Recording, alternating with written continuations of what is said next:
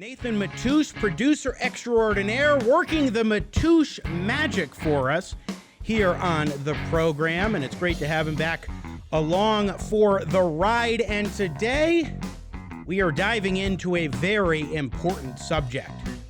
Because, folks, for over a year now, we have been wrestling with the COVID-19 pandemic.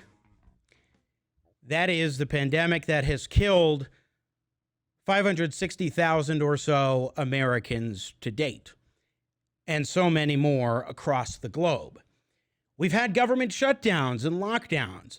We've had mask mandates and capacity restrictions on businesses, and so much more, including school closures as they're finally reopening. So at this point in the game, where do things stand? What should we be looking at moving forward? And what do the American people need to keep in mind?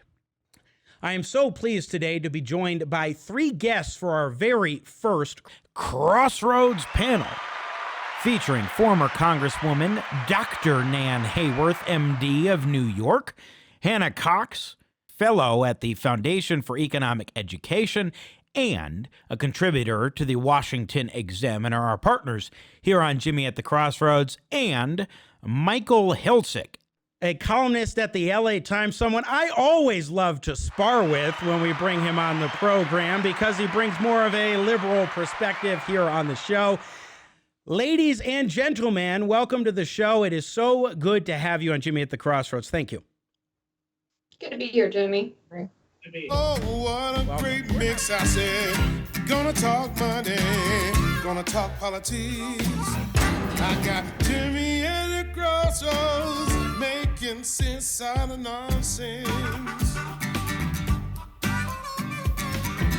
People want answers. So I want to dive right in, though, to the topic at hand, because, look, make no mistake, Americans have been suffering and struggling with both the virus itself and the government policies vis-a-vis the virus. And so I just want to ask a question. How do you think things stand overall right now? And we will go to the MD on the panel first. In fact, the first female ever elected to a full term who is an MD back when she was in Congress, Dr. Nan Hayworth. Your thoughts on where things stand right now? Jimmy, we've made so much progress. We're in so much better position than we were obviously a year ago. Thanks in enormous measure to Operation Warp Speed. That singularly has been the greatest ray of hope that we have had. But it's not just a ray of hope. It is a vital measure by which the American population can be protected from the most devastating consequences of COVID-19. And there have been, as we know, there's been an accelerated and steadily accelerating effort to deliver vaccine doses to the entire American public. I think as of now, or very close to now, most places in the country will allow folks 16 years old and under to get the vaccine. That's wonderful. But I think we have to keep a couple of things in mind. One, the vaccine is meant to help us fight off the infection. It doesn't mean that we cannot ever get a COVID infection. And in fact, we know cases are starting to break through. The question of how we deal with that in terms of a public health threat potentially is a big one, and it's looming on the horizon. No doubt it's going to come up because, of course, people are chafing. About half the American public is chafing at the idea of continued mandates of any sort, including for masks.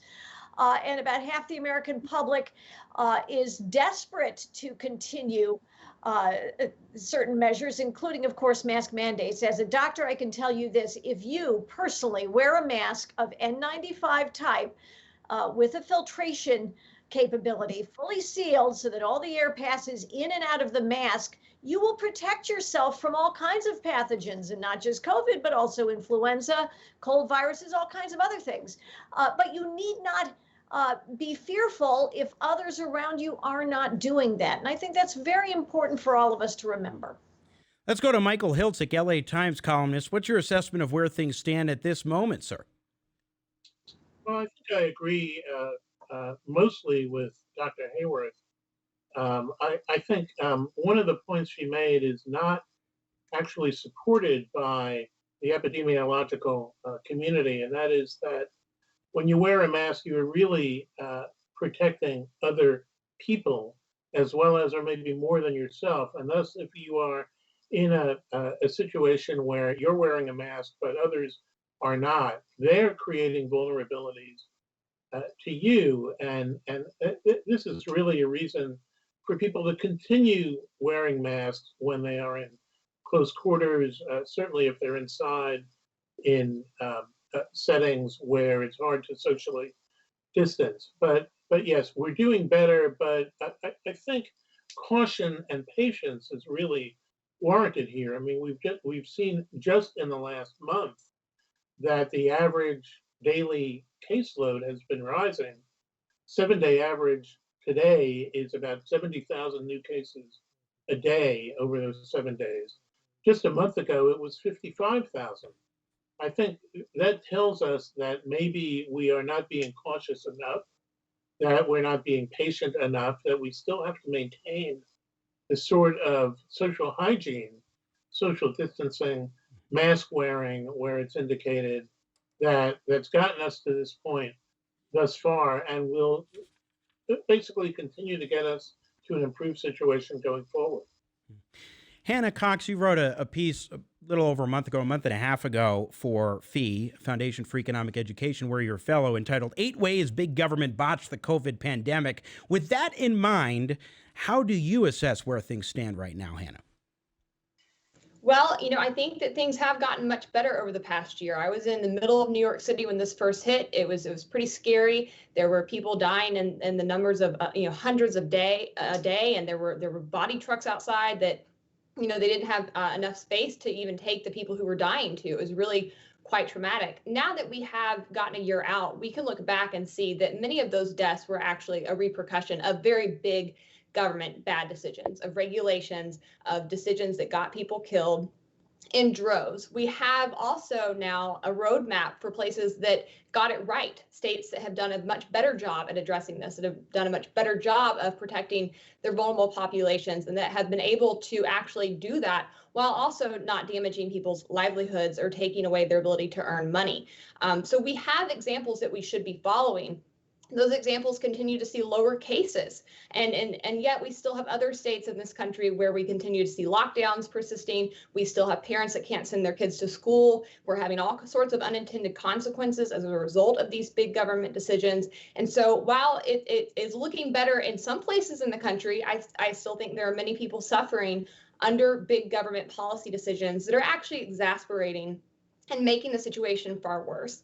We now know that COVID is not nearly as deadly as we once thought. We now know that the risk of hospitalization is much lower. And we also now know that some of the key things to do that would actually keep people safer are not what we have been directing people to do. And that includes things like working out, watching your diet, getting in shape, consuming vitamin D. We're still not really messaging people these things, even though increasingly we see that those are the number one things that make people safer and more likely to survive this disease. So I think that's where we're sitting. We need to be pushing for state governments to follow successful track records and to implement more of these sorts of approaches that will protect people from illness, but also do that while not having all kinds of other unintended consequences along the way.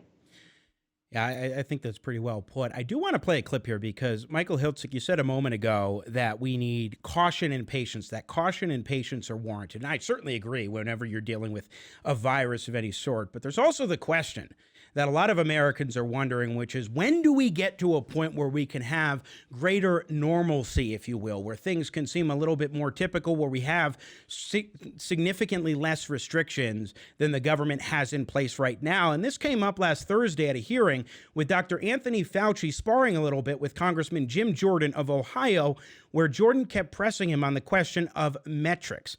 I want to take a listen to this, and then, Michael, get your thoughts on it. That's what I'd like to know. Give us some objective standards versus when certain things get reached, we might be able to get back to having our liberty. When? What are the numbers? You're going to see a gradual, right now we're at an unacceptably high level. On a daily basis, it's unacceptably high, regardless of who you are. What you're going to see as more and more people get vaccinated and we get over 3 million people a day, you're going to see the level of infection come down, and gradually there will be more flexibility for doing the things that you're talking Where about. does it get to? When it comes down, what number do we get our liberties back? Tell me the number. Tell me the number. When 90% of the members of Congress get vaccinated. But you're not a doctor, Mr. Clyburn. He is. What is the number? Gradually, there will be more flexibility. Michael Hiltzik, we've been at this for over a year now. How gradual do you think he means, and why won't he actually give any sort of metric for the American people to be aware of when we might be at a point that you can be pulling back from some of these serious restrictions? Well, all right. Look, let's be frank about this exchange. Jim Jordan is a blustering horse's ass.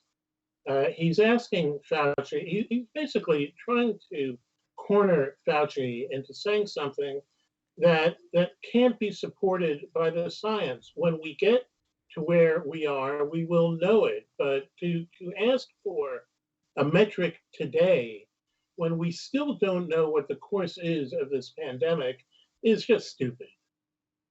So, I think we can dispense with this sort of exchange.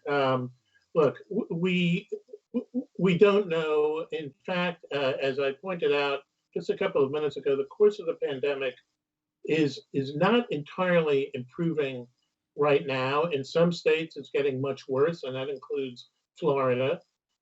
In some states seem to have gotten their arms around the situation, but they've done it through sort of rigorous public policy and a public community that's willing to accept certain sacrifices. And look, they're not great it's not a great sacrifice to wear a mask when you are in close quarters with other people.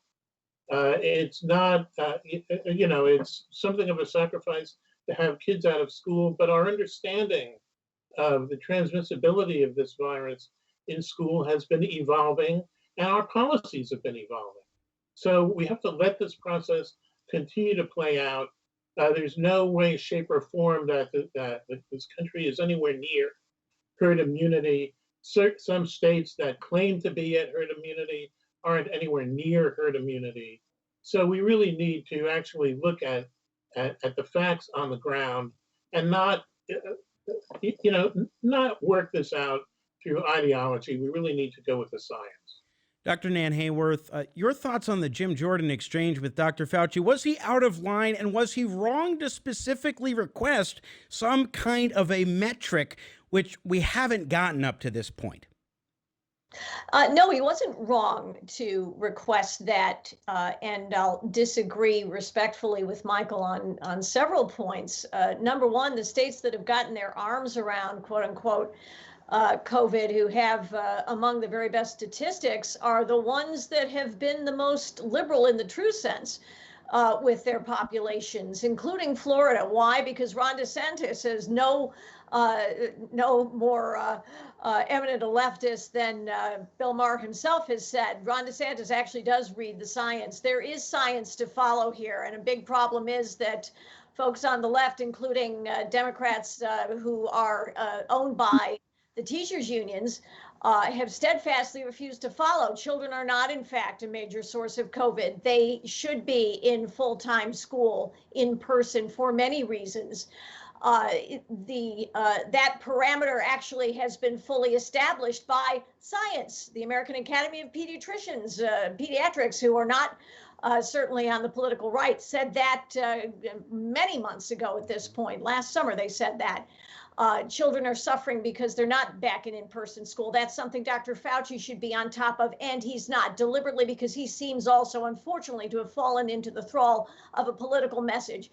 We should have a pretty decent idea at this point, and scholars certainly have talked about it, of where we can conclude that we have herd immunity. And I would say, probably, I think lately it's been in the neighborhood of about 75% of those of Americans either being immunized or having had the infection.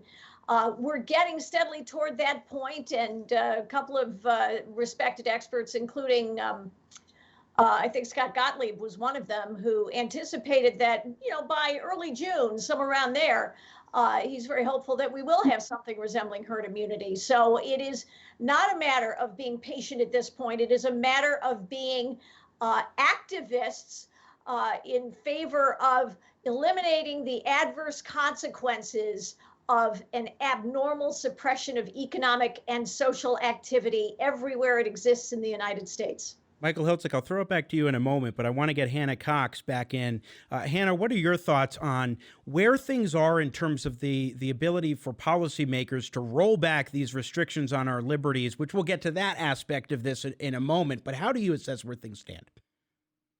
Well, at this point, I largely agree with what Nana said here. I would really start to balk at people who say follow the science. This country hasn't followed the science from the get-go, and we have plenty of evidence to show that now. We see that school closings have little to do with any risk towards children or any actual scientific data that shows there's risk in these schools, but it actually correlates with teachers' unions and where they're strongest. That's the schools that are still shut down. We see as a whole that there have been people who have been saying this from the very beginning. Dr. Rand Paul said this last summer, and Dr. Fauci pushed back on it and fought him and kept schools closed, and then actually had to come out last December, 6 months later, and admit that Rand Paul was right all along and that kids could return to school safely. We see that lockdowns have not been premised whatsoever around science. There's no evidence whatsoever to suggest that lockdowns have correlated with people being less likely to die from this disease.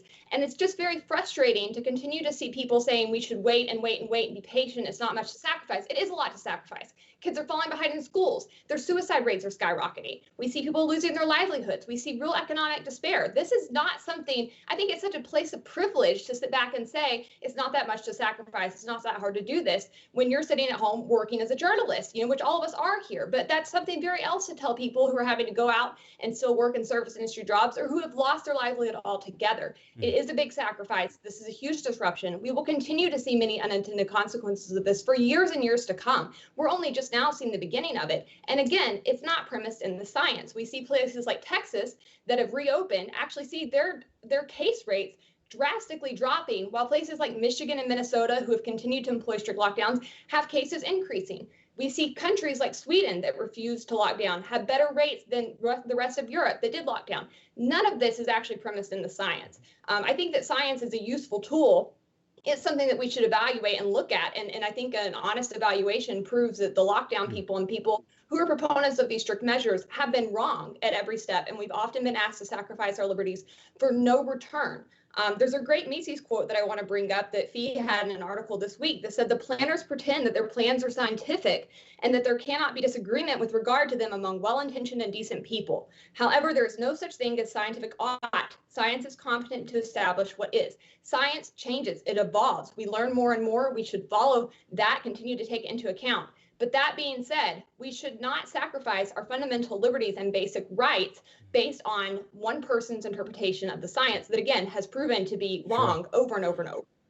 Thank you, Hannah. So a lot there. I'll just let you respond however you want to, Michael Hiltzik. Go ahead, sir. All right. Look, I understand the impulse among Republicans and conservatives to hold up Ron DeSantis as some sort of hero of this campaign because Republicans don't have a very deep bench other than Donald Trump anyway. But here are the numbers. 7-day moving average of new COVID cases in Florida has gone from 4,400 a day to 6,400 a day in a month. Is this the record that you want to put up for Ron DeSantis? And the other thing, look, I've written a lot about the DeSantis record and really tried to boil it down to its essence. The fact of the matter is that Ron DeSantis' policies were not actually complied with statewide because communities where they knew they had a problem with COVID actually resisted his so-called liberalization of policy and did lock down. And that includes places like Miami and Tampa and Orlando, because they knew that to go with Ron DeSantis's reopening was going to be disastrous. The fact of the matter is that Florida at this point has one of the worst rates of increase of cases than we've seen anywhere nationwide, and its economy hasn't actually done materially better than many other states. Sweden, I think if you go to Sweden and you ask the Swedes, they would say we made a bad mistake, and the The Swedish officials who were responsible for the Swedish policies at the beginning of the pandemic have all basically conceded that they were wrong.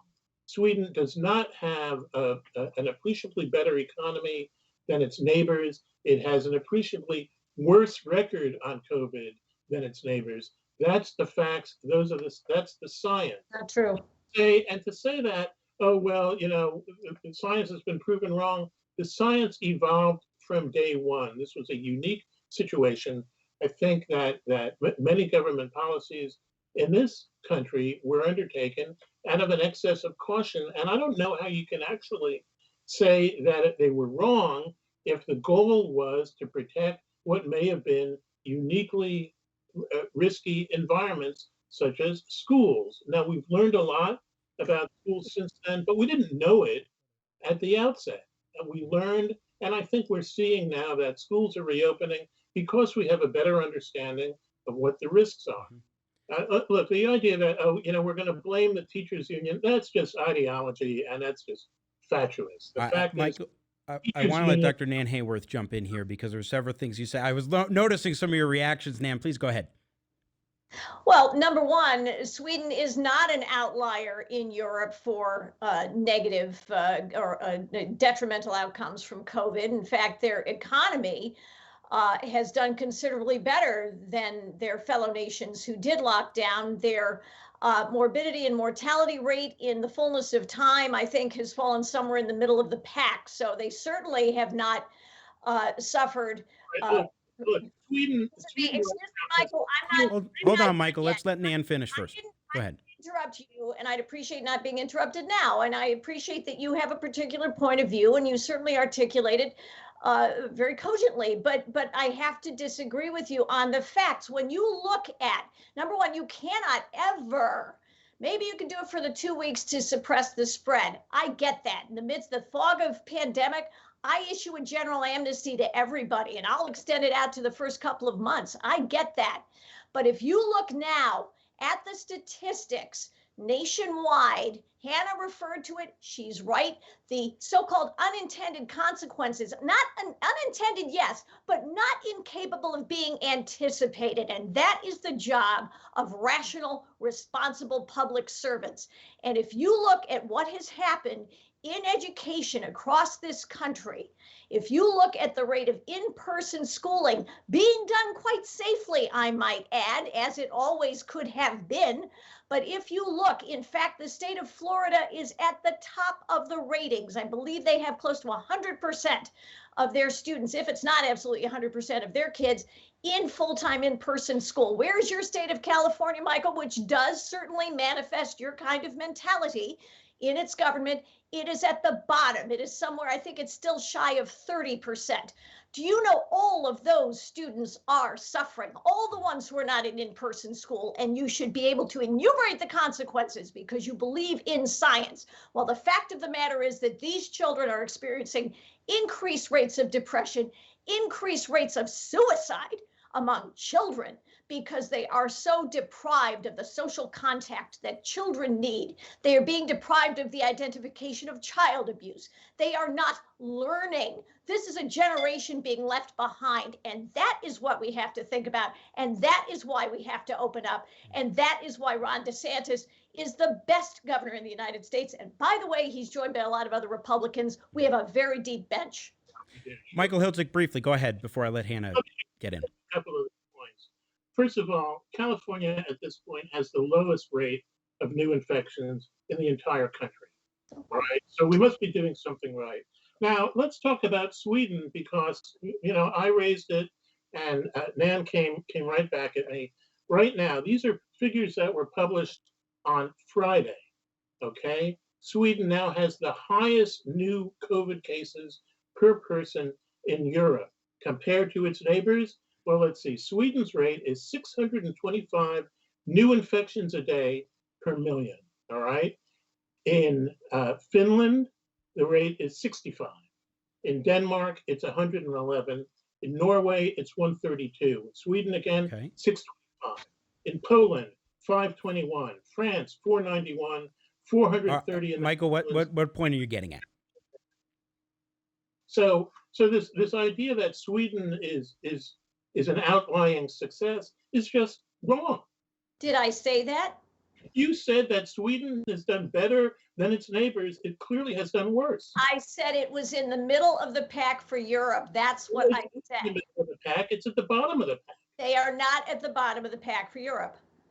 All right, Not I want to let only Hannah that- Cox jump in here. Hannah, what are your thoughts on where we need to go? Well, first of all, what Michael and Nan have been saying, but in particular, where we need to go from here in terms of a public policy standpoint. I want to jump in real quick and correct Michael, because he keeps giving these statistics that are based around COVID cases instead of COVID death rates. And that's what we should actually be focusing on. And in Florida and in Texas, we have seen that they have had either equal death rates or lower death rates than places like California, while not implementing some of these draconian, terrible methods of addressing this that show no evidence of actually having saved any lives. And that's true for Sweden as well. They have a lower mortality rate than the rest of Europe. So I think Democrats are bending themselves in circles right now, trying to find ways to basically explain their continued want to lock down the population and economy. And I think the real reason for that is because they're getting a lot of their policy proposals through right now that they've always wanted to push through and didn't have a shot of getting until this kind of catastrophe hit. So I'd like to see some intellectual honesty here, first and foremost. But as far as where we should go moving forward, again, it's time for the people to rise up. We know what has worked. We know what hasn't worked. We're a year into this thing. We do have roadmaps to follow. We have places that have done a better job. We have places that have been able to balance public health and safety while also not having all of these unintended consequences that we see in places like California. I've been in South Carolina throughout this pandemic. I got out of New York City. I've been a refugee here in South Carolina. It's been fantastic. We've been open. People have been taking precautions who need to, but we've been moving on with our lives. Our economy has not been decimated. People aren't losing their livelihoods left and right.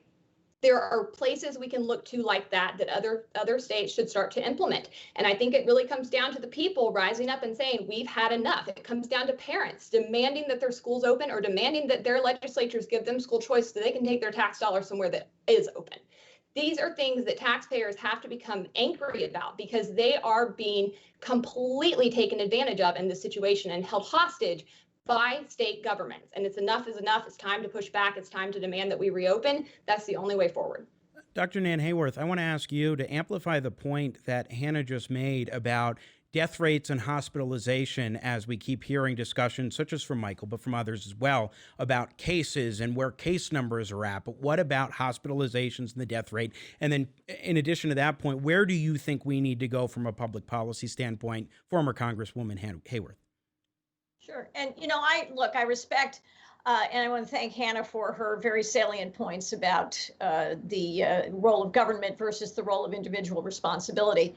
And I understand and respect Michael's concern about the toll that COVID has taken and could still take. COVID does have a death rate. There's no question. So does influenza, by the way. So does norovirus. So do many other conditions. And I am not being glib about any of them. We cannot, unfortunately, necessarily prevent every death related to a virus. And by the way, we have to be very careful about causality versus correlation, especially when everybody's being tested for COVID. We also have to be very careful with PCR tests, that those tests, Michael, when you talk about positive tests, you have to know what cycle threshold these tests are being counted positive at. And that may not be a consistent value. If it's over 30 cycles, you can basically disregard the test as indicating an active infection. But apropos of your question more directly, Jimmy, yes, hospitalizations and deaths, particularly deaths, have continued to decline. Wonderful news. Why? Well, number one, we know better how to deal with COVID if people do end up getting very ill. And it's an underutilized intervention, actually, but one that's very important, and that is these monoclonal antibody preparations. President Trump famously received such an infusion, but they are available to folks across the country now. They are being underutilized, including probably in the state of Michigan, where they certainly should be intervening very aggressively. And as Hannah said, the public isn't being nearly as much informed about the availability of these kinds of interventions, and yes, about the vital importance of remaining fit, of getting enough vitamin D in your diet, either through diet or supplementation, of maintaining good general health, and not just incidentally, but prolonged lockdowns have a detrimental effect on people's health, on weight control, on diet, on exercise. It actually probably weakens us immunologically. That could also contribute to some continued adverse consequences. So when we talk about the mandates versus voluntary behavior, it's very important to recognize that, yes, you're right. In Florida, Michael, there has been a lot of voluntary masking. And I have a place in Florida, and I go down there, and there are places that ask us, establishments that ask us to wear masks when we walk in the door, and we comply. But the fact is that the government doesn't have to mandate it, and Floridians are still doing very, very well, and they're able to pursue their lives with minimal imposition. And that's the point. And I think that the folks on the left, Hannah's right, they are pushing an agenda. It is an authoritarian agenda. It is a coercive agenda. The COVID provides them with the perfect pretext, that fear the pretext that unfortunately grips about half the electorate and half the country. They don't mind having everything imposed on everyone else because they don't trust themselves necessarily, and they certainly don't trust others to do the right thing. But when I made the point about masking, and I'll finish with this, masks can indeed be effective. I'm not one of those people who says masks don't work, but they work primarily, they work best when they are worn. And Michael did not listen to my stipulation. You have to wear them the way a healthcare provider does. N95 type filter mask, sealed fully, so that all your breath goes in and out of the mask. That is a very specific activity. You have to master it as a habit. It's not something most people do. Double masking comes closer to that. But if you do that, if you as the individual do that, very important point, other people around you don't have to mask up. You are protected. That's what you do in healthcare. Mm-hmm. We're wrapping up here a few more minutes with our Crossroads panel. Vibrant conversation. Dr. Nan Hayworth, former Congresswoman, joining us. Hannah Cox, fellow at the Foundation for Economic Education and a contributor to the Washington Examiner, our partners here on Jimmy at the Crossroads, and Michael Hiltzik, LA Times columnist and author. Michael, your thoughts on what's been said, and also where you think we should go from here from a policy standpoint. And I'm especially curious to the extent to which you think we should be talking about the death rate and the number of deaths and what we've got with hospitalizations versus just emphasizing consistently the number of cases as you have been. Go ahead. Okay. Since Hannah tried to tag me as somebody who ignores fatality rates, let's look at the rates. Florida's fatality rate is 163 per 100,000 residents. California's is 151 per 100,000 residents. California's rate in recent weeks is down by 26%. Florida's is up by 20%. All right. This is the consequence of premature reopening of a society, and by an ideologically based reopening of a society. So we know that, look, Florida has not been successful. It's really in the top, I'd say, 25% of states in terms of the toll per capita in that state. And that's with communities that really were concerned actually imposing the sorts of policies that Nan says, well, this is authoritarian. It's, let's deeply into a few respects here. The fact is that what we do know is that social distancing, mask wearing, and other sorts of social hygiene do work. We have seen that nationwide. We have seen it community by community. The best big city in terms of the record on COVID is San Francisco, where their rules were pretty rigid, and compliance with those rules was enthusiastic by that community. And it succeeded. So what we need to do is just not veer off into talk about, well, we're depriving, government is depriving people of liberty. It's the pandemic that forced upon us these sorts of policies that we know work. To say they don't work, they don't matter, is just balderdash. And we know this because the numbers are right in front of us. Well, Michael, one thing though, when you're talking about any policy debate, it's never just cut or dry. The pandemic or any issue that comes before us doesn't mandate a certain policy. Policymakers make those decisions. And so to that point, where do we go from here as far as, and you say that there's not a metric that we can be looking at. So what should we be observing in order to get to the point where we can satisfy Michael Hiltzik and start rolling things back?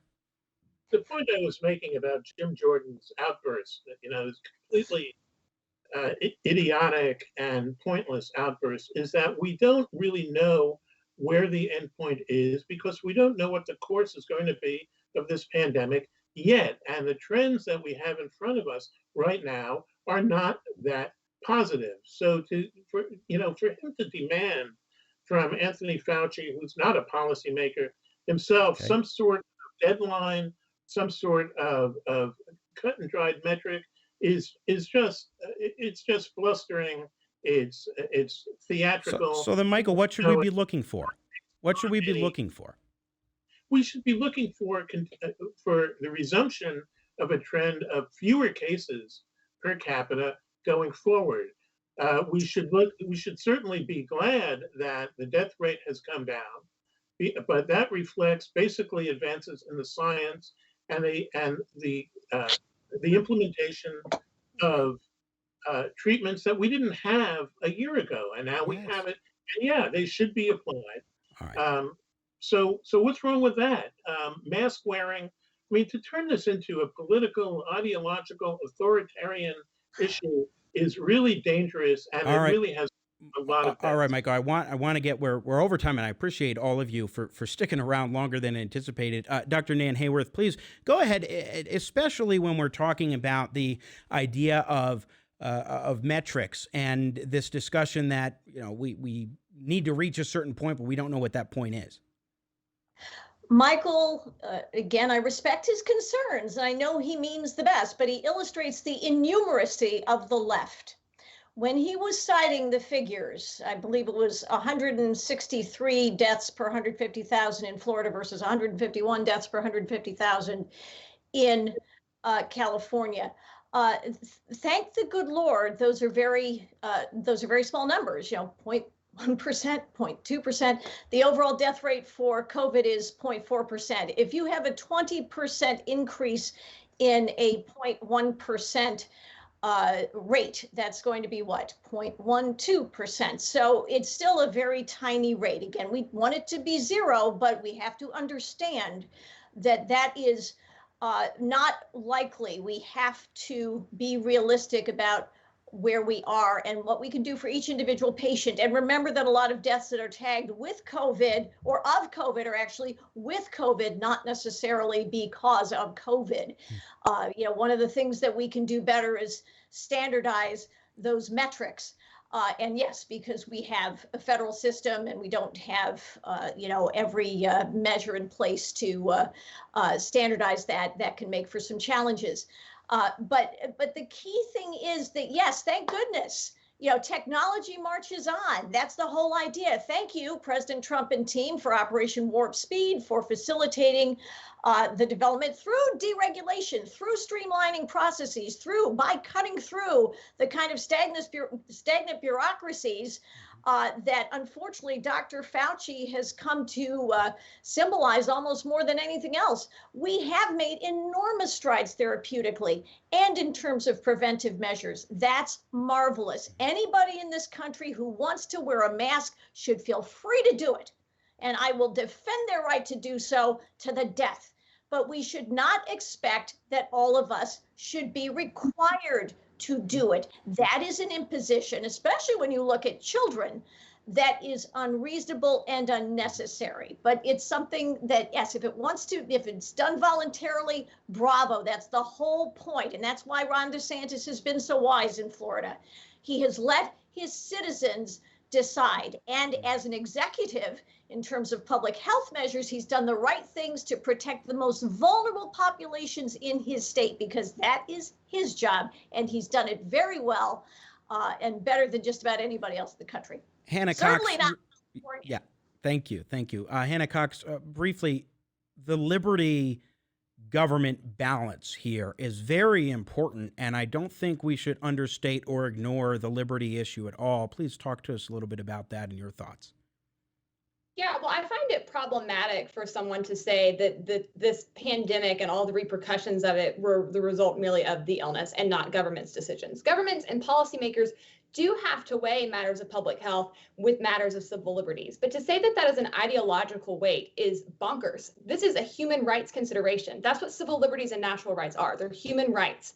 And to take those away, that's a very heavy, serious decision. And it was not warranted in this case. It continues to not be warranted in this case. Again, we have not seen those decisions actually produce lower mortality rates at any point that they've been tried. In fact, we continue to see higher death rates correlate with stricter states. We continue to see more vulnerable populations that have died at higher rates in places like New York and New Jersey versus places like Florida. I really, really take issue with the fact that people say follow the science and then ignore the very real science that points to these factors. At the end of the day, I don't think it was ever warranted to take away people's rights, but certainly a year in, there is no excuse at this point. No one has attacked individuals making the choice to mask. No one on this call has attacked masking in general. We've all been very fine with people who want to wear masks, protect themselves. I'm fine with people who want to stay home, staying home. Absolutely. If you are at high risk, do what you need to do to protect yourself. But there's a very big difference in doing that versus trying to continue to force an entire population to lock down and give up their liberties for an undistinguished amount of time based on the whims of people who've been wrong time after time after time over the past year. All right, 30 seconds for each of you, starting with Michael Hiltzik as we wrap up, and I appreciate your generosity of time. Michael, LA Times columnist, go ahead, sir. Well, once again, we're in the ideological fever swamp. This is really not about imposing restrictions. This is not about depriving people of their liberty. This is about saving lives. We know what works. We have seen it.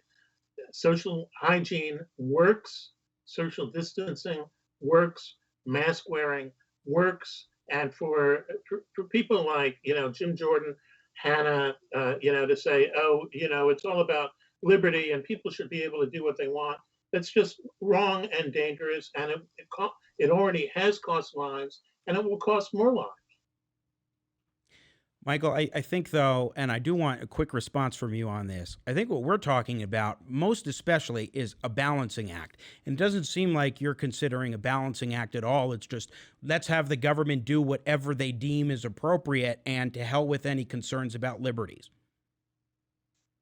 What liberties are we talking about? Asking people to running wear your masks? business? Asking people to, look, going to church? Look, the American consumer voted with his and her feet about whether to reopen retail. We've seen restaurants,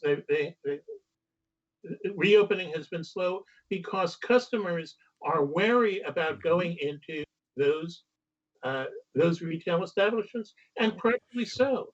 So, most of this is really consumer driven. It's not government driven. Thank you.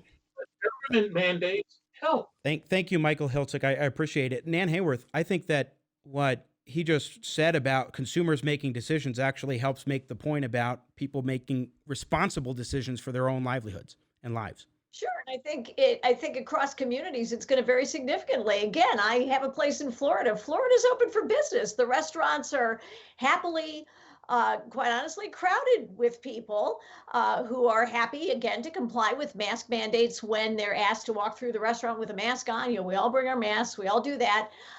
And everybody's fine with these voluntary measures, but it's about trusting people's good common sense and yes, expecting those empowered with the force of law and arms, namely government, to do the minimum necessary in their responsibility, in their role in protecting public health in a more general way. And they do have to be guided by the science. And what does the science say? The science says that children should be in-person education all the time, and it doesn't hurt the kids and it doesn't hurt the teachers. Any teachers who can't do that should find other ways of participating in their profession. But when Michael talks about ideology, unfortunately, the government party tends to be that of the left, tends to be the Democrats. So it is those of us who don't want government to dictate everything to us, because government is made up of fallible people, and we have seen that over and over again. We expect science to be respected and the imposition to be miserable, and we will continue to fight for that, even if it's on something like masking. I don't want to be forced to wear a mask if I don't feel it's necessary for me, and we know it's not necessary for public health. It's fine if you wear a mask, Michael. If you want to protect yourself, wear an N95 fully sealed, you'll be protected. Hannah Cox, last word to you. Yeah, well, I don't agree that consumers are voting with their feet. Restaurants are popping around here and have been for months. They're doing quite well. I think that's an anecdotal experience in California because largely they're still locked down. As a whole, people want to move forward. And for those that don't, it's because they're being fed a steady stream of fear porn by the mainstream media telling them that this is more deadly than it is. We see that consistently people are misled on the likelihood of dying from this, on the likelihood of being hospitalized. And we see that Democrats actually poll much higher in their rates of misperception on this. So I think it really matters where you get your information. It matters where you get your news, and it matters that you actually think for yourself versus following the science that you're being told by people who have not followed the science whatsoever throughout this pandemic. When people say, what rights are we asking people to give up? I want to address that specifically. It's not the right to not wear a mask. It's the right to earn a living, to work a job, to provide for yourself, to get access to education for your children. These are the rights that we're talking about, and they're fundamental. Very well put. I would say this, too, and I don't want to give him too much credit, but here in Colorado, where I am, our governor, Jared Polis, has now decentralized almost everything to local decision makers, and a lot of counties are now starting to permit 100% capacity and more, and that's because of looking at the science here and the spread and hospitalizations and deaths and having a very complex view of the situation to conclude that, yes, we can start letting people make decisions how they want to live their own lives. Michael Hiltzik, LA Times columnist, former Congresswoman and MD Nan Hayworth, and Hannah Cox of the Foundation for Economic Education and contributor to our partners at the Washington Examiner. We went way over, but this was such a great discussion that I couldn't resist continuing, so I hope it all worked out for you guys. But thank you so much for joining us. I really appreciate it. Thanks, Jimmy. Thanks, everyone. Thank you. Once again, we had Hannah Cox, Michael Hiltzik, and Dr. Nan Hayworth all joining us here on Jimmy at the Crossroads. Talking politics, great for generations. Oh, what a mix. I got Jimmy at the Crossroads, making sense out of no sense.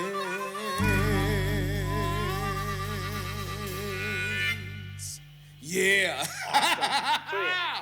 Boom.